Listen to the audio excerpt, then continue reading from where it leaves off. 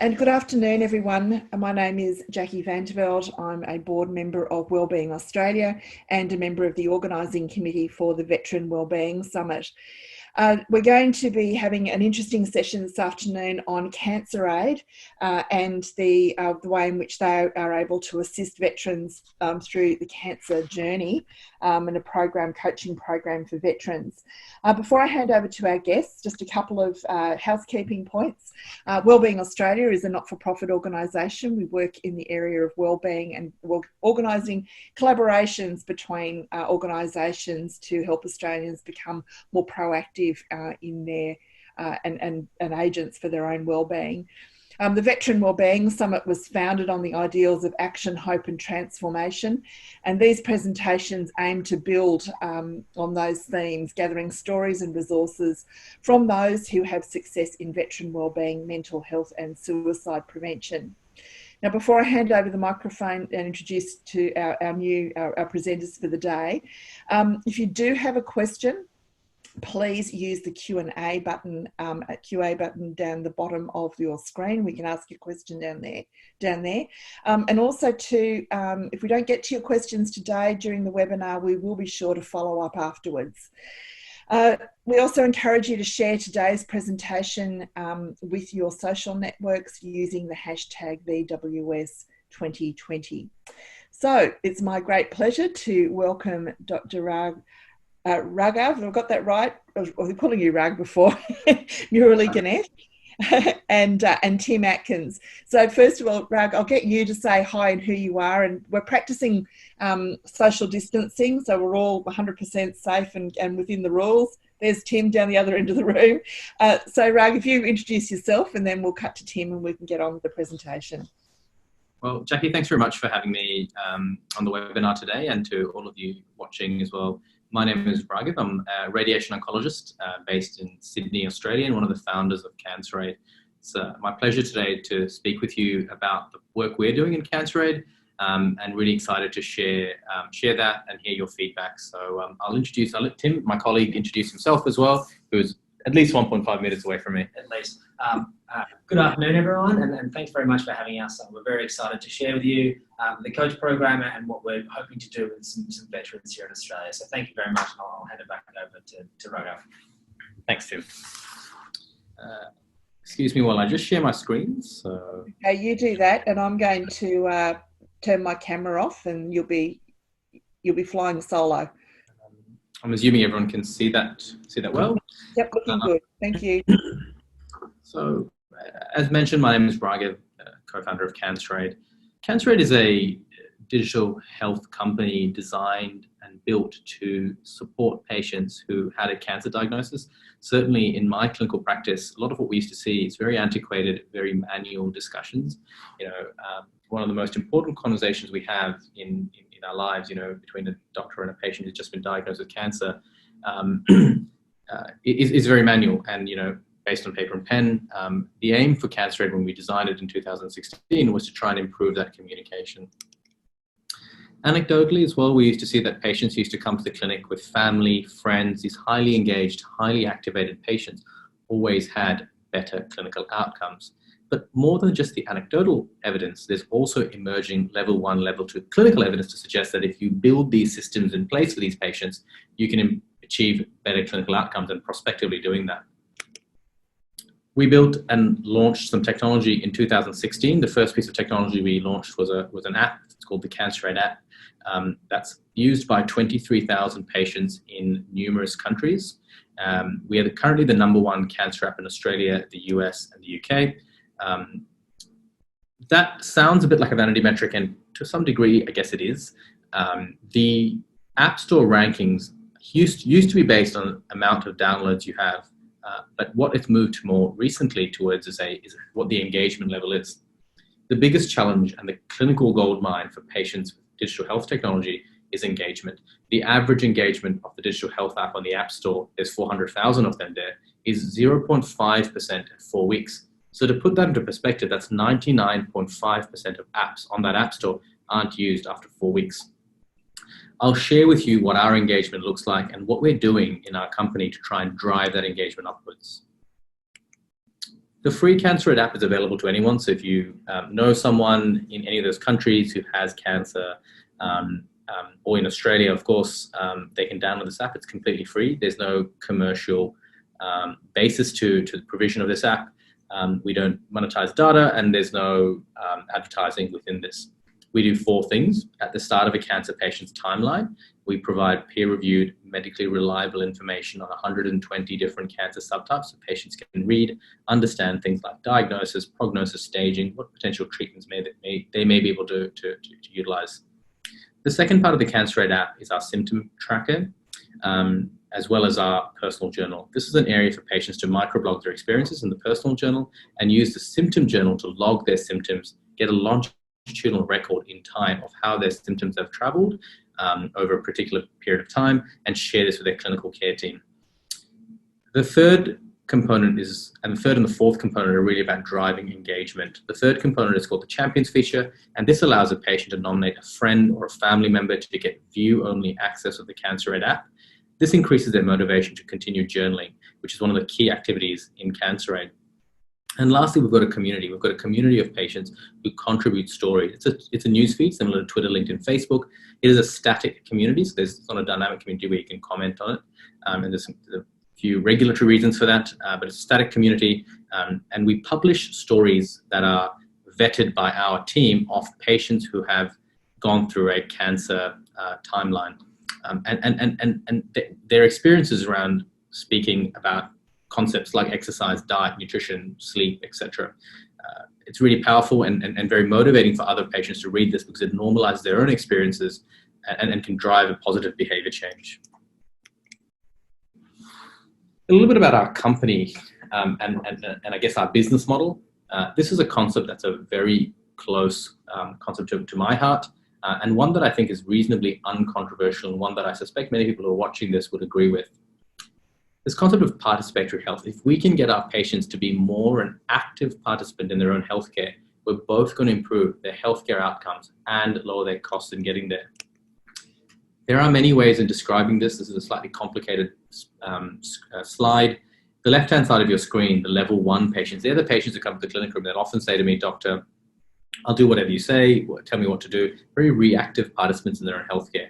The complete other end of that spectrum are these level 4 patients. They're the patients who come to the clinic room, family, friends, ring binders, record you in consultations, write everything down, usually bring a patient advocate with them. These patients who are more engaged, more activated in their own health, they have better clinical outcomes, but also they cost the system less. So there's an efficiency gain there in terms of better clinical care, but also a reduced cost. The multi-billion-dollar question in healthcare is, how do you drive people from a level 1 to level 4? How do you make people to be more an active participant in their own healthcare? That's a very complicated thing to do. Certainly cancer is a disease of the 5th, 6th, 7th, or 8th decade of life. Generally speaking, these patients have learned their behavior change over many years. Unraveling that and changing that is exceptionally complicated. I don't think this is the only answer to that question. I think it's a very complicated question, and there are many answers to it, but this is one of the answers that we've settled on and that we're seeing some reasonably good results with, and I'll share with you what they look like. But just before that, this study was published in Nature Digital Medicine. It's a meta-analysis, so level 1 literature, looking at a collection of randomized studies, so different randomized studies evaluating remote patient monitoring, so exactly what CancerAid does, that you have a patient in a different setting and you use technology to intermediate between the patient. And the question was here, what factors made patients more likely to engage with the technology than others? And the one line that came out of this that we took on board was interventions that were based on personalized coaching were far more successful than simply cash-based incentives or any automated text messages. They were generally ineffective. This also was what we anecdotally saw when we were sitting in the waiting rooms of clinics and hospitals, and I would sometimes spend half an hour explaining to a patient why they should use the CancerAid app and what the clinical benefits of doing it were.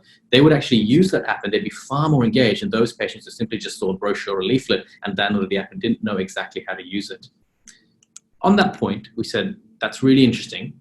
We agree with that personalized coaching, but how do we do this in a scalable and consistent manner? Over the last 2 years, we built the CancerAid Coach program to address that question, where we assign a patient a human health coach. And I say the word human health coach because a lot of the time they're automated versions of this or chatbots, etc. But we actually assign a human being who is either a nurse, allied health, or medical member of our team to contact the patient, usually either by text message and by telephone. We then run through a series of educational videos on concepts that make sense to a patient: activity and exercise, diet, nutrition, sleep, etc. And I'll share with you what that looks like. The educational videos themselves are 2 minutes in length. They have elements of behavioral psychology. Forgive the jargon here. They have elements of behavioral psychology to try and elicit a positive behavior change.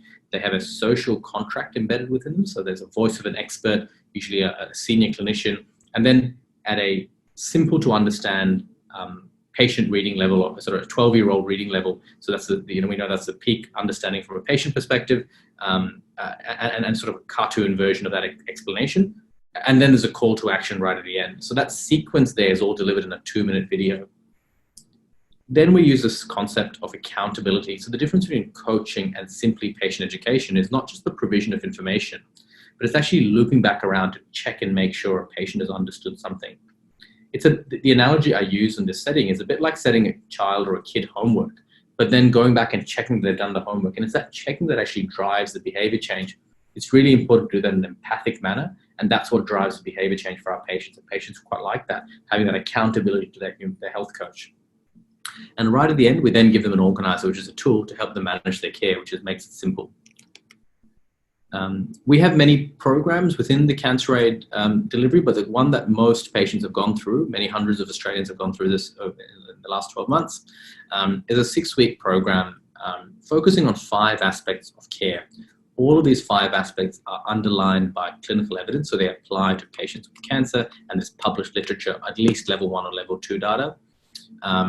And we talk about symptom management, so why it's important for patients to track their symptoms, activity and exercise, diet, nutrition, sleep, and mindfulness, which is we call it survivorship or mindfulness, and it's an exercise in reducing the fear of recurrence for patients.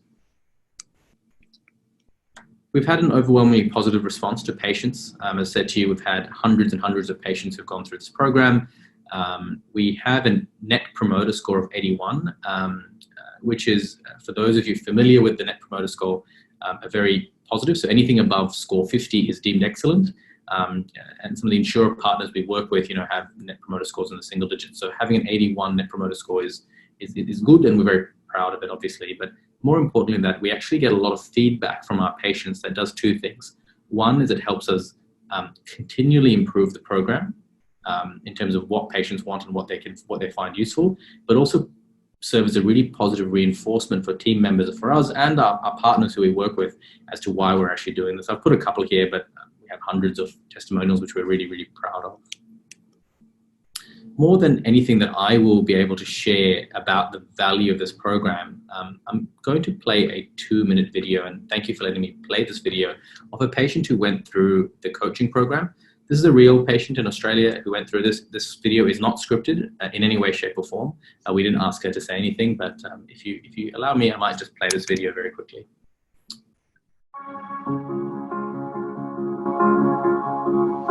In May this year, I had a burning sensation in my right breast, and that was alarming, and I went and had the biopsy that following week. The biopsy came back to show that it was breast cancer, and life changed dramatically for us from then. As a family unit, it was just something that we didn't really expect. Just the information that's thrown at you, it's really hard, I found. When they're talking about you can't quite take it in, so I felt a little bit lost. With the coach program, the information that's contained in there was really valuable to me. It was at my fingertips, scientifically based research, which meant I didn't have to wonder. It's a 6-week course. And there's 6 different modules that are sent to you or emailed to you to read at your leisure. And what I really liked is that the modules were discussed with me prior to receiving them by my CancerAid coach. Josie was lovely. She rang at a time that was convenient for me, and I was able to sort of have a little bit of knowledge before I read the app as to what the expectations are. things that I found really helpful with the app were the resource to be able to talk about symptoms and record what was happening to me. That allowed me then to engage in a conversation with the oncologist. And I felt that I was actually a partner in my treatment. I felt more like it was not happening to me, but I was more involved. The reassurance that the modules gave me, and particularly the app with information about exercise and diet, I didn't realise how important particularly exercise was to the cancer journey and, to your well-being. I was surprised at how valuable it's been for me. I found that I've grown a little bit stronger through the process, psychologically as well as physically. I feel that just putting into practice the information that's been provided to me through the CancerAid Coach program has really worked for me.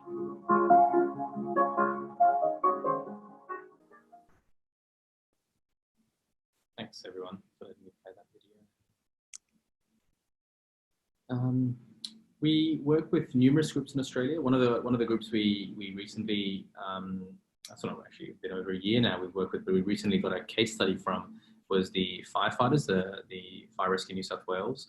I'm happy to share this with those who are interested in reading it, but it was a lovely story, and we obviously have his consent to share this, of a gentleman who had a cancer diagnosis, went through our coaching program and was able to describe how that benefited him through how he perceived his illness and how he accessed treatment and what the downstream effects of that were. It was many years from finishing his treatment, but it was really powerful in terms of driving some positive behavior change and also reinforcing some of the good habits that he already had. I spoke a little bit about what engagement means earlier in this conversation. That number there, and this is some of the data that we have in terms of how we're driving that engagement upwards. That 12% number there is the average engagement we have at 4 weeks of those patients who log symptoms in the free CancerAid app. So just to go back a step, the digital health apps on the App Store, the average engagement of them is 0.5% at 4 weeks. Ours is 24 times industry average at 12%. But even that 12% number, it took us a long time to get there. When we first launched CancerAid in 2016, that number was 5%. We went from 5 to 7 to 9 to 12%. After 3 years and about 120 different changes to the actual technology itself in terms of tinkering it here or tinkering it there to make it more usable for patients. But it was a law of diminishing returns. The more we did to that technology, the lower the gains were trying to drive that from 5 to 12%.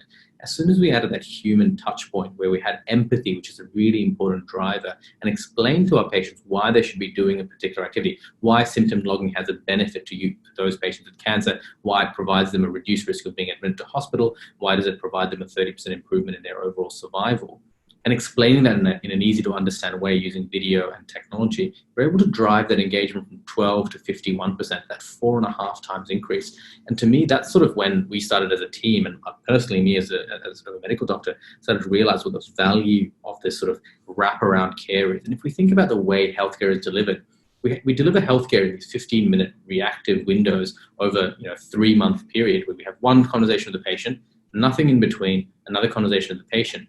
All that time in between, patients have the ability to work on themselves in terms of their chronic illness and what can they do to help themselves are key questions that they don't have to answer.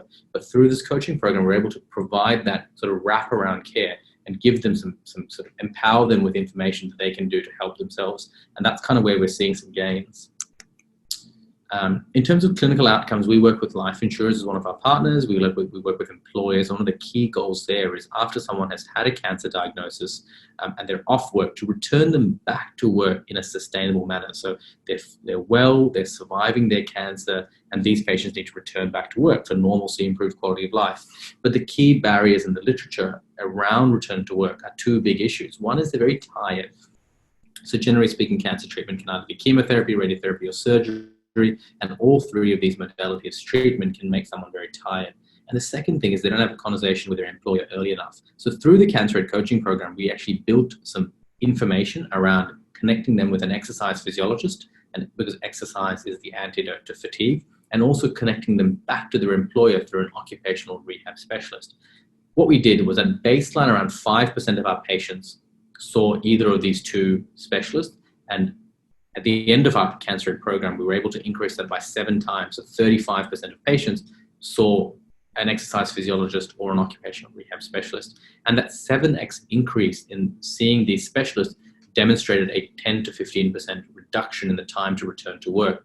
It not only made the patients happier and healthier, but it also provided our insurer partners with a return on that investment from a commercial sense. So trying to dot the I's and cross the T's in terms of many stakeholders there, we were able to do this. And by doing that, we actually won the Insurance Program of the Year for 2019. We're very privileged, the team. We've only been in the industry for about 18 months. And to win that last year was something that we were really, really proud of. We also work with numerous other insurers in Australia and potentially now also looking at some insurers outside Australia as well. But Fire and Rescue New South Wales, as I shared with you earlier, iCare, CommInsure, AIA, AMP, MLC, Recover, and Munich Re are some of our current partners. My last couple of slides, just to finish up. We were recently, in 2017, awarded the Best Startup Creating Social Impact by Sir Richard Branson, and he sent us a really lovely note and obviously an award trophy around the CancerAid application and the work we're doing in this space. If anyone has got some spare time on their hand, there's a YouTube video of us on a TV show called Shark Tank, which we're really quite pleased to be part of. The gentleman in the foreground on the left-hand side is a gentleman called Andrew Baggs. He's one of our advisors and one of our investors in the company. But this was a really interesting experience as well for us, and it was great to get the recognition and also some funding for us to kickstart this project. In terms of for the people on the call today, certainly we want to make an offer for anyone who wishes to participate in this. The program typically costs around $1,200 from an insurance perspective, but we're actually really keen to get some veterans on and provide this completely free of charge to anyone who wishes to participate in our coaching program, and we're really grateful both for your feedback, but also for us to be able to support you in any way, shape or form. If you are interested, there's an email address there, so it's contact@canceraid.com, or you can reach out directly through to us in any other way through our email on our website feedback or the intake form again on the website. But again, if you wish to participate, we'd be very, very happy to take on board any of the participants. And that's my last slide. I know there were a few questions that came up through the course of my presentation. I didn't read them out on purpose so that there's a bit of a flow to my discussion, but I'm very happy to go through them now and take any questions.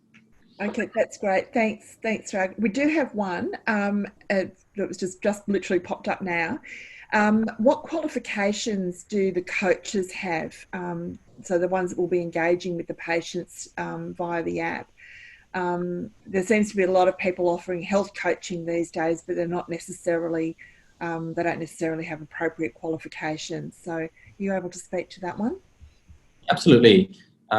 I think the key thing here from a health coaching perspective is empathy, and I spoke about that on the call. And generally speaking, empathy comes from not being nice. It actually is something about understanding a patient's issue and understanding how to speak to a cancer patient and how to speak to patients in general. Oftentimes, that's a skill that I don't think as a company we are the best at teaching, and I don't think that's something you can teach someone, but we make it mandatory that anyone who applies for a health coach position in CancerAid has had experience in dealing with patients with cancer from a clinical capacity. So either they all have to, and no one who has ever spoken to a patient doesn't have either allied health, nursing or medical background in our team. And we do a combination of all three. Okay, that's really good to know. Another question was, we've got your slideshow that popped up in the, said this is private and confidential, but obviously we're recording this, and I know that we get lots of shares, so we're quite okay with sharing the information that's been shared today in the video. So I just wanted to assure people who are working for organisations who are wanting to give the good news out to the medical professionals that they work with, but also with the veterans that they work with, that this video can be shared with them. So that information that's in the video is fine. Also, Tina, people are asking, how many people have you had using the free app versus the full service with the coaching app? Actually, so yeah, and I tried to separate the two out as much as I could. There are about 23,000, as I said to you, patients around the world who use a free app, and we don't, that's not a metric that we track as, I guess, as religiously as we do the number of patients in the coaching program. So 23,000 patients roughly who use the free app, and there are about 500 patients in the last 12 months who've gone through the coaching program. So, and all those 500 only been in Australia, have not done the coaching program outside Australia. Okay, good. How about, I suppose it's a big issue now, obviously, COVID-19 and the increased anxiety that people have around that. Are you incorporating, or do you have ability to incorporate, say, something like an approach to COVID, to coronavirus as part of the coaching app, or as other things might pop up in the future? Done it in both the free app and in the coaching. I think the information we can provide in both is important. So for the free app users, we've launched a in-app module or in-app content that gives them up-to-date regional, so whichever country they're from, some regional resources around COVID-19 and what they can do to keep them safe. We know that patients with cancer generally tend to be potentially elderly, number one. Number two, they have they can be immunocompromised, they need other sick people, or a combination of all of the above. So from a risk from COVID and an infectious disease, they're at much higher risk than the general population. So it's really important that they get the right information that's medically reliable and not anxiety provoking, and they know what to do. So we think that's a responsibility that's certainly on us. As soon as it happened, it's now been over a week and a half, we've had that module live. For the patients on the coach program, we actually added an additional call for those patients to explain to them what the importance of social isolation is, number one, the importance of personal hygiene, as well as what are the practical tips that they can do in this difficult period to keep themselves as risk-free and mitigate those risks as possible. They've actually increased our call volumes by 30% because people, as you say, are worried, are anxious, and I think it's really important that we've been able to do that. We got some beautiful testimonials back from a patient who went through the COVID module and said that their anxiety was spiking, like probably all of us with the news, and that having that reassuring voice of the health coach, someone they trusted and they knew, was really reassuring to them. And that was circulated back to our team. And, you know, in a time of challenge, it's nice to hear a couple of good pieces, and we're really pleased about that. Oh, that's great. That's really good to hear. Thank you. Next question is about GPs. Are people being referred to you via their GP, or are they finding you through other sources? And is it better for them to be patients to be working with the app and the coaching with the GP or with the oncologist? How should that relationship work? It's generally that we get, so the coaching program, as I said, has a price point attached to it, and it's not one that's funded by a Medicare item. It's an outside. We don't have a front of house, so we don't charge patients. We've done it pro bono for many patients, as we've offered on this call, but we've done the pro bono coaching program for many patients. So there's actually no way to purchase a coaching program. However, anyone who wishes and who's part of the insurers that I share that slide with, so that covers over 70% of Australians through their income protection policy, and they can access the coaching program via that as well. So they have to call their insurer and say, can I access the CancerAid coaching program? They have to go through a couple of eligibility checks. Obviously, they have to have cancer, number one, and number two, they have to have that insurance policy that carries that. But with the insurers we work with, they're pretty across the board with that. And they actually, if they're not part of the policy, they actually pay for it because they believe in the program. Okay. And I know the last slide that came up said that you're not actually yet an approved service through DVA.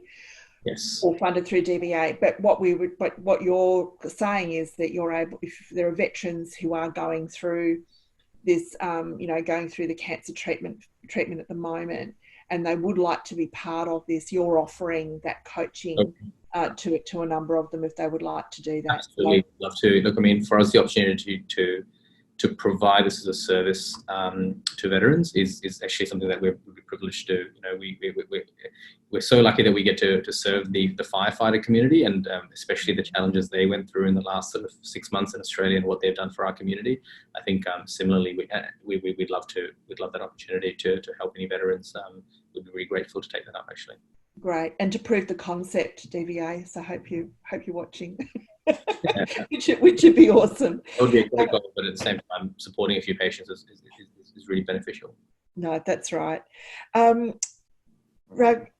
Why 6 weeks? What's the magic? Why is 6 weeks the magic number? Yeah, we spent some time working with the behavioural psychology team. Sounds really like, you know, I didn't even know this much of this group, behavioural psychology, but there's a behavioural psychology expert that came out of Stanford University in California, a gentleman called BJ Fogg, who we were grateful enough to get some time with him. And he's written a book called Tiny Habits. We were able to have some of his time and his thoughts and how, when we constructed the program, how do we actually drive a particular behavior change? And when we looked at it, he broke it down into some really simple truths. He said, number one, get onto the same level as the person's behavior you're changing. So don't use in-app message. If you're speaking to someone who's generally a bit older, cancer patients tend to be, use methods of communication they're comfortable using, like text message, because that's what we're used to using, or phone calls. The second thing he said is, the best behavior change you see is over a period when you can change someone's behavior over 6 to 10 weeks. We picked the shortest of those numbers, that window, because we know with any cancer like treatment, there's always competing interests. So it'll always push that timeline up. So, and the average program length is somewhere between 8 to 10 weeks, actually. Even though it's a 6-week program, the patients have appointments, they miss things. So we cater to that. So we say, okay, it's fine if it goes out a couple of weeks. So it goes 8 to 10 weeks. So that's how that 6 to 10 week is meant to be that golden window for behavior change based on the evidence. So we've picked that. We're actually developing a 12-week program now. So we'll get our own evidence to see if a 12-week program works any better than a 6-week program. But that's the kind of learnings we will make as a team, and obviously continue to improve the program as we learn more from what we get back from our patients. Okay, interesting to hear. So are you seeing a difference in outcomes for different population groups? Yes, definitely. There's a difference between men and women as well. So I mean, there's many ways to segment population groups. We get similar engagement between older and younger patients. Women tend to be a little bit more engaged in their own healthcare and self-select into the program over men. So we're always keen, not that we want to get men onto the program, but we want to get more men aware of participating in their own care, which is something that I think certainly as a male myself, I understand that I'm probably not the best at, but women tend to be slightly better than men at that. So that's something that we're really trying to increase. But most of our patients are female patients, and they have greater engagement, which is really good. Age doesn't tend to be a big differentiator. We have patients as young as 20 and patients as old as 90. So, you know, we have a big spectrum. We have different socio-demographics as well.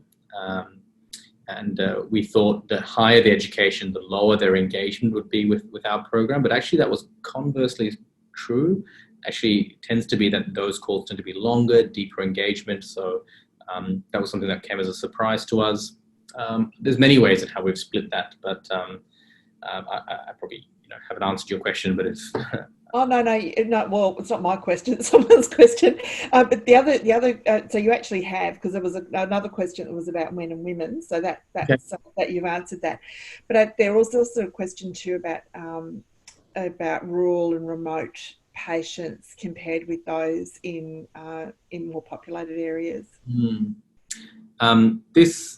Especially in a time where telehealth is gaining more importance in the Australian health landscape. I still practice clinically a couple of days a week, and I had a clinic for the first time in my life completely on the telephone. Made complete sense. Cancer patients should not come to hospital if we can avoid them to come to hospital because they may get sick with COVID with some other patients there. So I did an entire consultation, an entire clinic list on the phone, which was quick. It was efficient. It conveyed the message. Yes, I didn't get to see my patients and have that personal connection. I wasn't able to examine them as thoroughly as I would have, obviously, in person. But nowadays with scans and blood tests, you can make a reasonable, accurate clinical decision, as well as reduce their risk. And I think you'll never remove inpatient care, but there's a way that you can supplement inpatient care with telephonic care. Why is that so important? Because for regional remote in Australia, we have such a geographic disparity and such a large country where we have to service people across, hundreds of kilometers.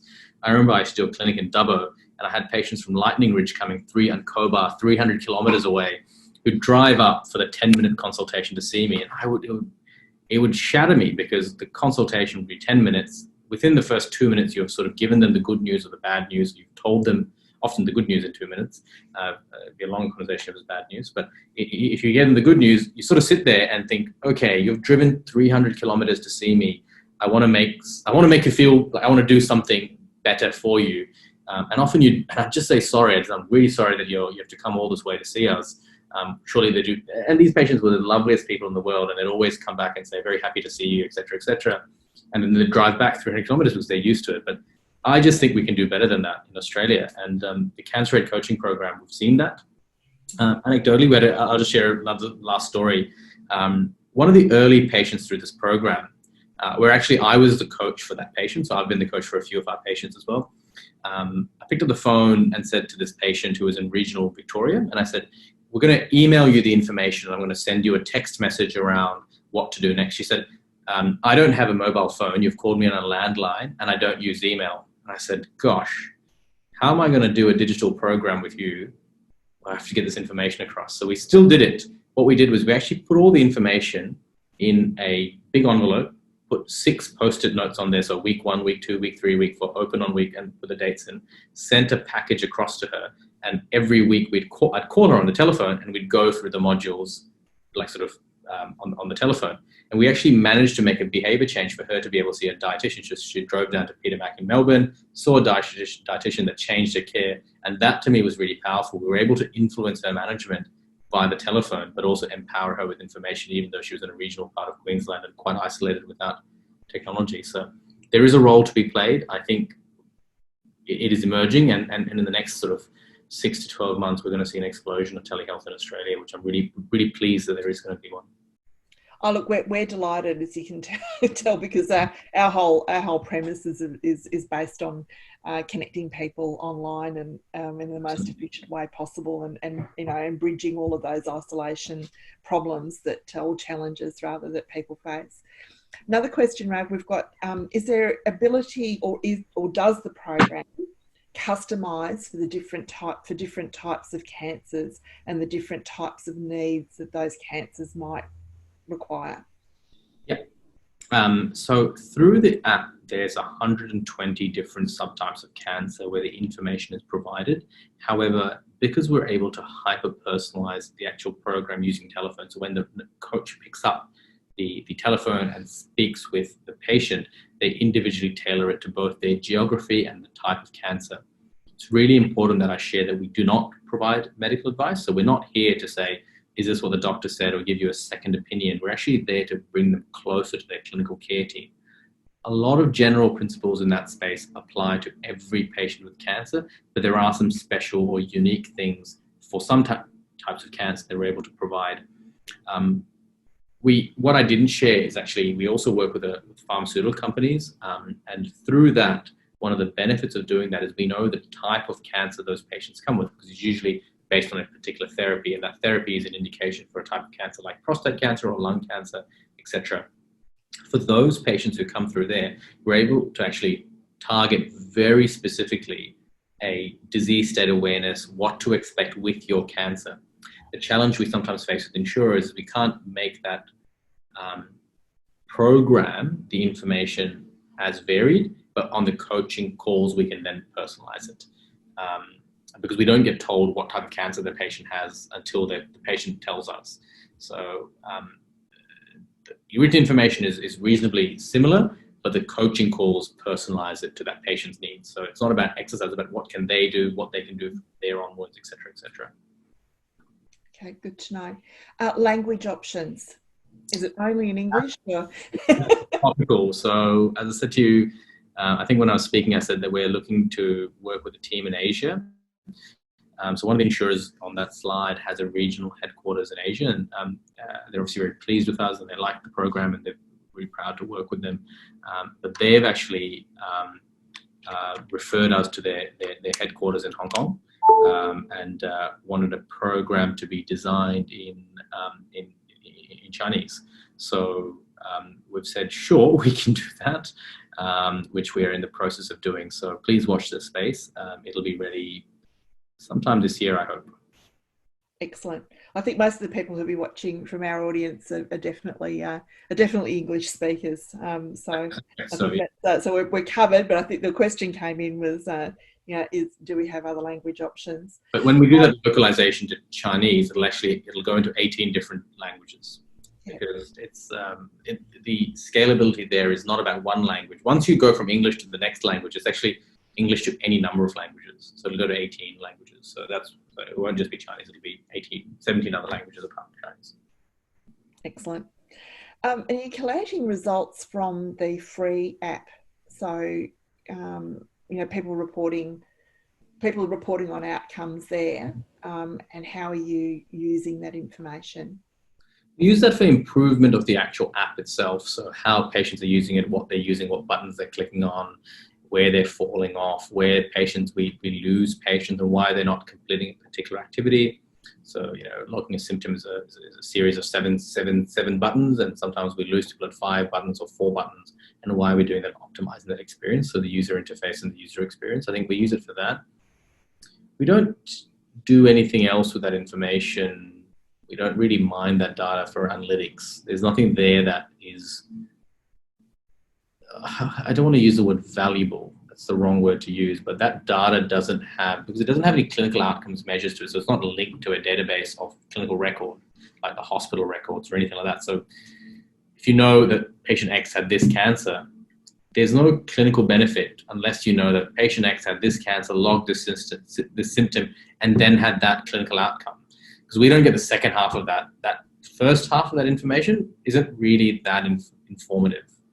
And we only use it for improving our own app and sort of the cadence around our own app. So we don't do very much with it, is a short answer. No, okay. No, I think that was a good question. I think it was, what do you do with it? So that's answered. Right, can I just say thank you? I don't think we've got any more questions that have come in, and I think we've cleared our board, so which is good. But I say thank you so much for your time today. I think it's been, and Tim, thank you. Thanks so much. These guys have put together something pretty powerful, and we've got the offer there for vets who are part of our program and our summit.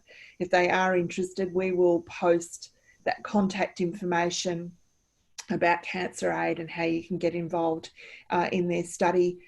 So people who are going through this journey and would benefit from a wellbeing app in this sense to help people get connected and see some tangible improvements would be wonderful. So, guys, thank you so much for your time and congratulations on the work you're doing. I mean, this is awesome. It's really obviously really making a big difference. We appreciate that. Okay. Thanks, everyone. And we've got a comment here. Thanks for the presentation, the offer. I'll pass on to any veterans I know I come across. And the Q&A, much appreciated. So there you go. Vote of thanks from the live audience. Okay, guys, thanks so much. Lovely to speak with you. Bye now.